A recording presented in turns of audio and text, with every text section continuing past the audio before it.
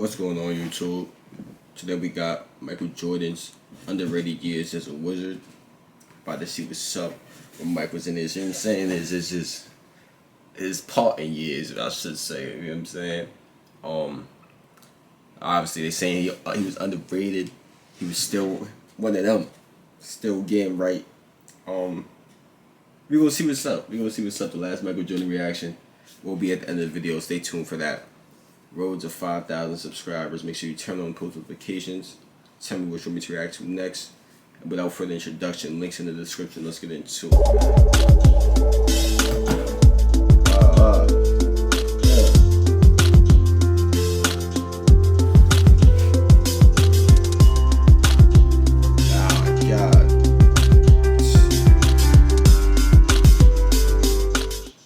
The words Michael Jordan and underrated may seem like ludicrous to have in the same sentence. After all, he is one of the biggest icons in sports history and is recognized by most as the NBA's greatest player of all time.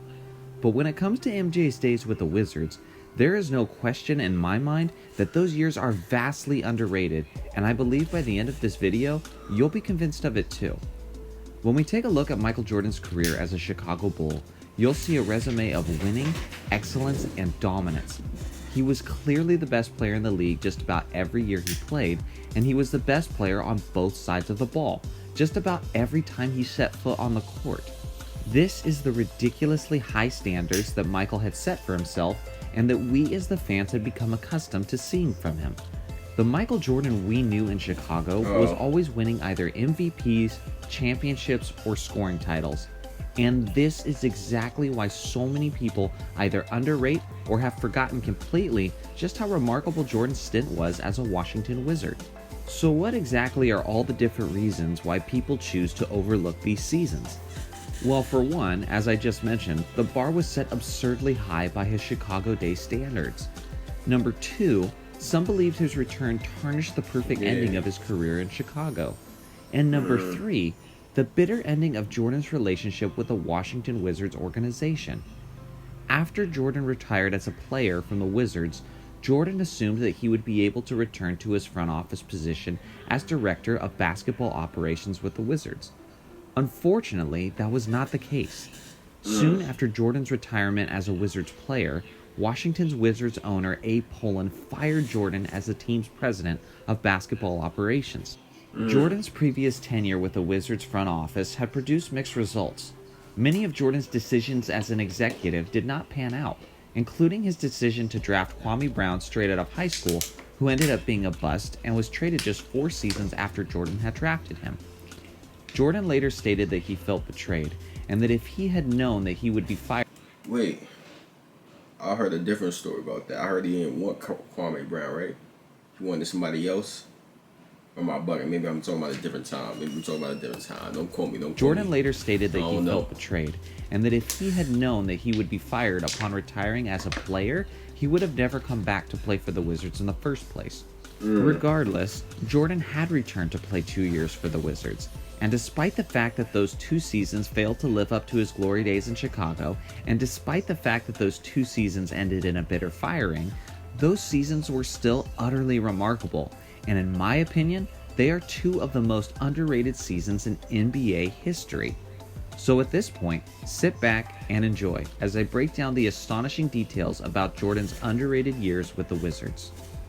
When Jordan had retired from the Bulls at the end of the 1998 NBA season, Jordan claimed he was 99.9% sure he would never play in the NBA again. As we all know, that 0.1% chance prevailed, and Jordan returned to the game he loved. Jordan's passion for the game was seen immediately upon his return, as he announced that all of his earnings from these upcoming seasons with Washington, he would be donating to disaster relief funds for the 9/11 attacks in New York. After being completely apart from competitive basketball for 3 full seasons, Jordan was returning as a 38-year-old who was trying to get back into basketball shape. The comeback had plenty of physical obstacles as well. Jordan was heading into his return dealing with tendonitis in his wrist and in both of his knees. During a pickup game that offseason, Ron Artest had broke 2 of Jordan's ribs while playing physical defense on MJ. Jordan would also go on to have fluid drained from his knees multiple times throughout that year. Michael Jordan was joining a Wizards team who had finished the previous season with the third worst record in the entire NBA at 19-63, despite the fact that they were playing in a much weaker Eastern Conference. They also had the second worst defense in the league in terms of opponents' points per game. They weren't just a lottery team, the Wizards were coming off of their worst season in franchise history. The deck was stacked against him, and Jordan and the Wizards' 0-1-0-2 season got off to a slow start at 2-9, but they began to figure things out and went on a 9-game winning streak to improve their record to 14-12. Just 2 games later, Jordan had his worst performance of his return, shooting 2 for 10 from the field, finishing with only 6 points and losing by 27 points to the Indiana Pacers.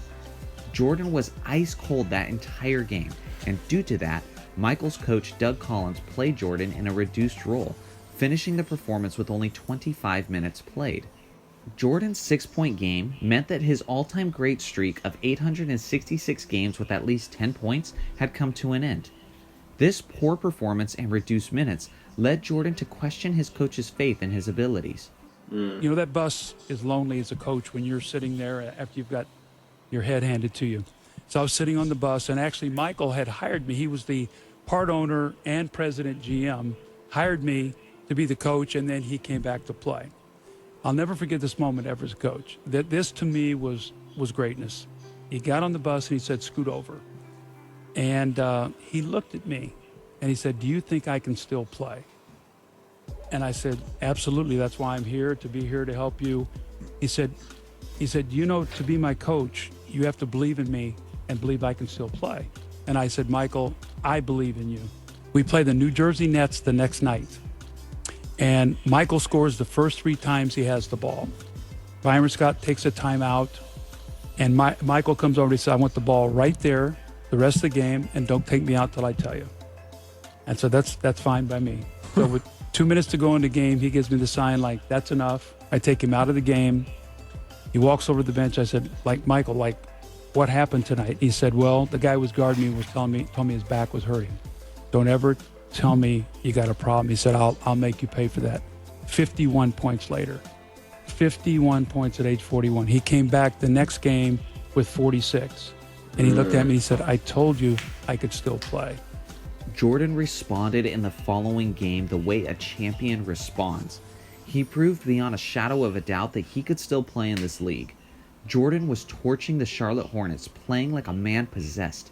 He scored 51 points on 55% shooting, adding 7 rebounds, 4 assists, and 3 steals. Jordan continued his dominance into the following game, scoring an efficient 45 points, 10 rebounds, and 7 assists on an extremely talented New Jersey Nets team that went on to the NBA Finals that season. With these remarkable performances, Jordan became the only player in NBA history to score 50 points in a game in 3 different decades. No other player in NBA history has even done 40 points in a game in 3 different decades.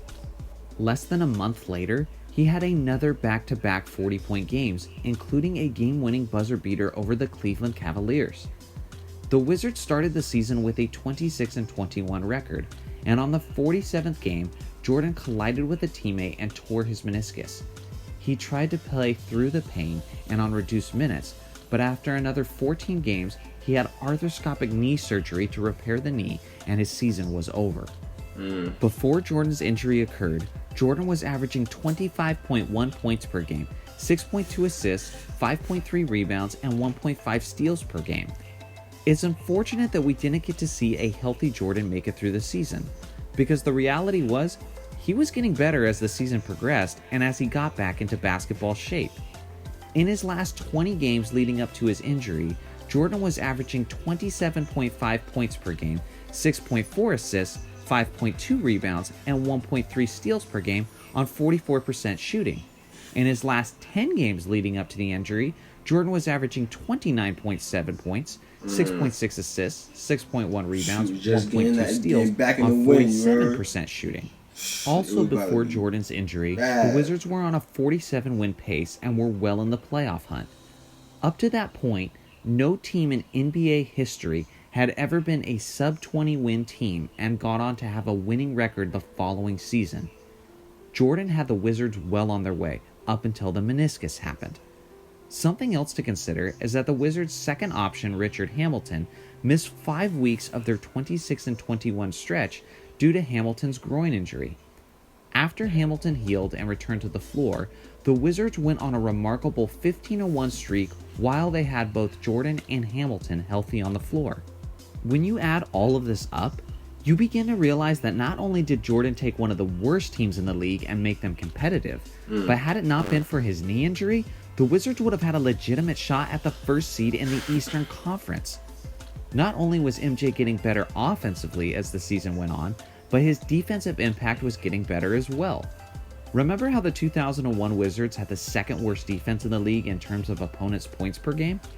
Jordan was the Wizards' only significant addition to their 2002 season, and at the time the knee injury had occurred, he had improved the Wizards to the 6th best defense in opponents' points per game, allowing only 92.2 points. In Jordan's last 35 games leading up to the injury, the Wizards were allowing only 90 points per game, on pace to have them ranked 3rd overall defensively in the entire NBA. In the 15-1 stretch that Jordan and Hamilton were both actually healthy and on the floor together, the Wizards were allowing just 86.3 points per game, which was by far the best defense in the entire league. The Miami Heat finished as the number 1 defense that season, allowing a higher 88.7 points per game. If Jordan and Hamilton had been able to remain healthy for the duration of the 2002 season, they may have finished with the best defense in the entire NBA. Again, with Jordan being the only major addition, the Wizards went from the second worst defense in the league to one of the best the NBA had to offer. That's the effect a 38-year-old Michael Jordan had on a lottery team. After Jordan's knee injury, and eventually the termination of his season, the Wizards absolutely imploded, winning only 11 of their next 35 games. After Jordan's injury, the Wizards allowed an average of 96.8 points per game, which would rank them in the bottom half of the league at 19th. With Jordan being the only significant addition to the Wizards roster between the 01-02 season, the Wizards roster improved 16 wins. Outside of Jordan, the 2002 Wizards' only additions were 5 bench players, who each played few minutes. Tyronn Lue played 20 minutes per game, rookie Kwame Brown played 14, rookie Brendan Haywood played 13, rookie Etan Thomas played 13, and rookie Bobby Simmons played 11.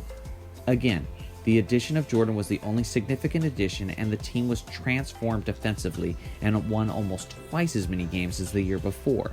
Jordan was still dealing with injuries heading into the following season, and because of this, Jordan started the first 15 games of the 2002-2003 season coming off of the bench. In his second season in Washington, Jordan was the only Wizard to play all 82 games, and he was 40 years old. He also became the only 40-year-old in NBA history to score over 40 points in a game, which he did several times that season. He also became the oldest player in NBA history to average at least 20 points per game. Despite the best efforts of a 40-year-old legend, the Wizards still fell short of the Eastern Conference playoffs. So let's take a look at some of Jordan's numbers with the Wizards in comparison to last year's numbers from some of today's modern NBA stars. As you can see, in many of these cases, Jordan's numbers were just as good, if not better, than a lot of today's modern NBA stars. Also consider the fact that we're comparing the numbers of an injury-laden 40-year-old player to young, healthy players in the prime of their careers. When you look at it that way, you begin to realize just how impressive Jordan's Wizards seasons actually were. Now let's take a moment to compare Jordan's seasons to other legends when they played as a 38 or 39-year-old. As you can see, these numbers aren't even close to Jordan's level of production at the same age.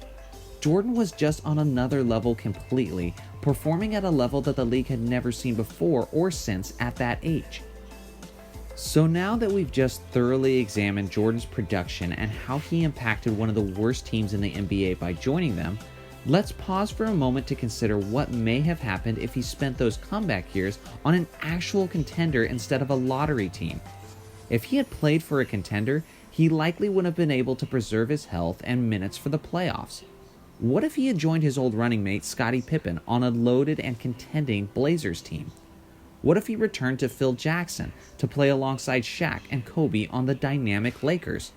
Are we potentially looking at an even greater 8-0 finals record for Michael Jordan?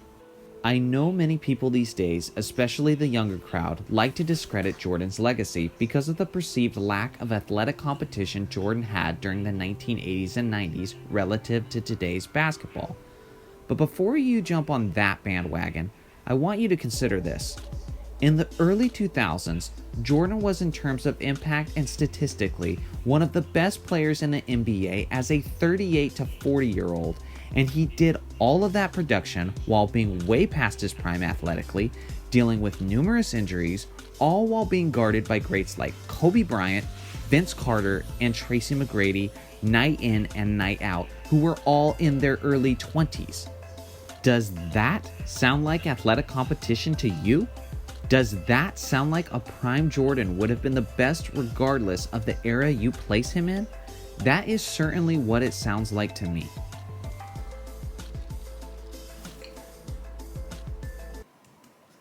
And that's the end of this one, y'all. Michael Jordan, underrated years as a Wizard, man. Definitely underrated. People definitely don't talk about it enough. Like, this is the first video, probably second video I've seen about Michael Jordan on the Wizards. And I've reacted to like about 50, 60 already, man. So it's like, alright. People should talk about it more. But if you enjoyed this Michael Jordan reaction, make sure you click on the last Michael Jordan reaction on your screen right now. We're on the road to 5,000 subscribers. Make sure you like the video, comment, and subscribe. Tell me which one to react to next. Turn on post notifications. Links in the description, man. I'm out of here.